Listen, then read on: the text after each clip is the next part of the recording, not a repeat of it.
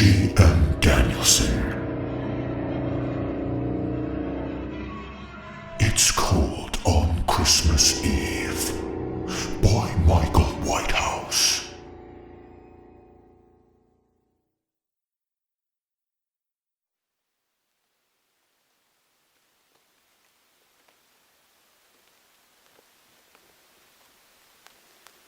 It should have been a perfect Christmas Eve. A thick layer of snow had floated down gently from the sky all day. Wishing my colleagues at the office a Merry Christmas, I put on my long winter coat and scarf and walked out into the snow. It crunched beneath my feet, and as it did so, I was reminded of being a kid, of how special it felt when the snow came. Then I thought about my own 2 kids back at home, waiting for me with my wife. That made me smile. That was until something grabbed hold of my arm from a darkened doorway. I recoiled at the sight of a homeless man in front of me, his face worn and grey, no doubt from countless nights of sleeping in the cold, and his long matted beard gave both the impression and stench that he hadn't bathed in an age. "Spare some change?" he said, coughing. Opening my wallet, I hoped to find a small note, but all I had were 3 20s. I'm all for charity, especially on Christmas, but as the man looked down at the larger notes, I had to dash his hopes. "Sorry, I don't have anything smaller." "But it's cold on Christmas Eve," he said. I didn't know what else to do, so I simply said sorry and walked away. It was 6 p.m. and the sun had long since set. The streetlights lit the way, and as I walked towards the outskirts of town, I took in the silence. No cars, no people. Everyone was at home, I suspected, wrapping presents or preparing a feast for Christmas Day. Considering how cold the air was, I was looking forward to doing the same when I got home. As an icy wind blew down the street towards me, I stopped for a moment to adjust my scarf, pulling it closer to me.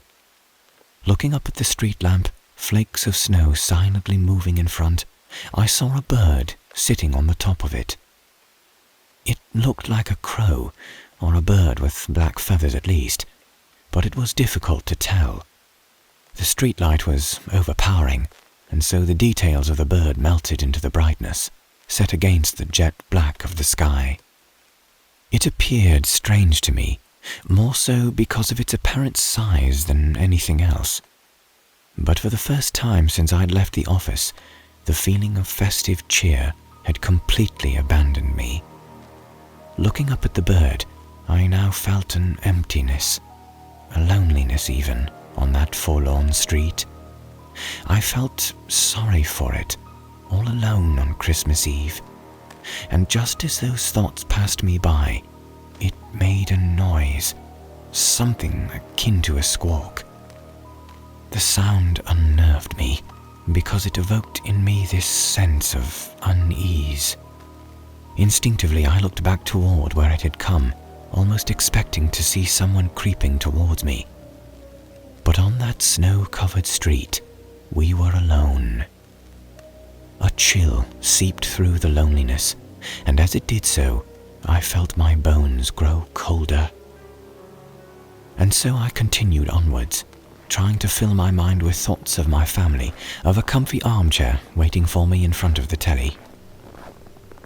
Maybe a drink or 2 would keep the cold at bay. A noise above startled me. At first I thought it was the wind, but it was in fact only wind-like. There was something off about the sound. Looking upwards, I saw that I was standing directly underneath another streetlight. Flakes of snow danced about me, resting on my eyelids and face. As I wiped them away, I could see it. The bird sitting directly above me on the lamppost. Yet I still couldn't make out its detail, and now I was beginning to be unsettled by the size of the thing. I couldn't be certain, as the street light and snow blended together to warp what I could see. Staring at the bird, for a moment it would appear to be the size and shape one would expect. But when it shifted its weight slightly, I swear there was more to it. Its black outline more substantial, confused with the night sky. Thoughts deep within me unstuck my feet and pushed me on. "Go home," they said. "Leave this place." I decided to listen. Picking up the pace, I walked further down the street, but as I passed each street light, I heard the same noise above. Was it like the wind, or was it feathers? Another thought in me reared its ugly head. It sounds more like cloth rustling in the darkness. That impression frightened and overcame me. I began to walk faster. Yet again the noise above sounded, as if the thing, the bird or whatever it was moving from post to post. It was following me. Now I ran as fast as I could, my footfalls sliding in the snow. The night air stung my lungs, and yet as I passed each street light, the noise of cloth, of wind, of feathers above followed. "Move faster." And I did. Around street corners, between parked cars, across usually busy streets, now silent in the snow. Finally, after several minutes, the noise had ceased. As I reached my home street, I could run no longer. Standing still, I caught my breath just for a moment. Looking across the street, our Christmas decorations twinkled in the garden. All I could think of was the warmth and of the comforts of home. Then something cold touched the back of my neck, and I felt what I can only describe as talon-esque fingers, hard yet knuckled, reached down underneath my collar and touched my spine.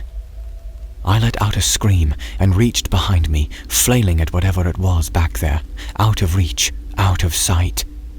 But without laying hands on it, I knew the truth.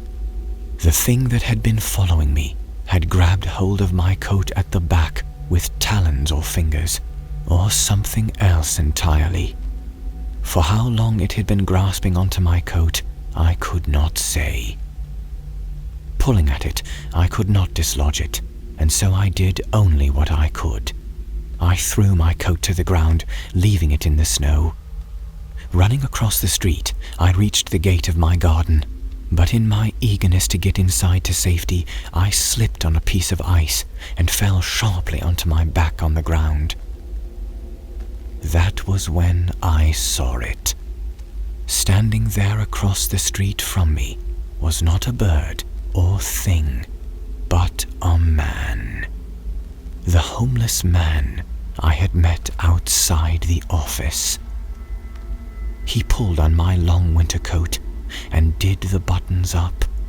He then looked at me and said, "It's cold on Christmas Eve." Grinning from behind his matted beard, he then walked away from me down the street, back to whatever obscure place he'd come.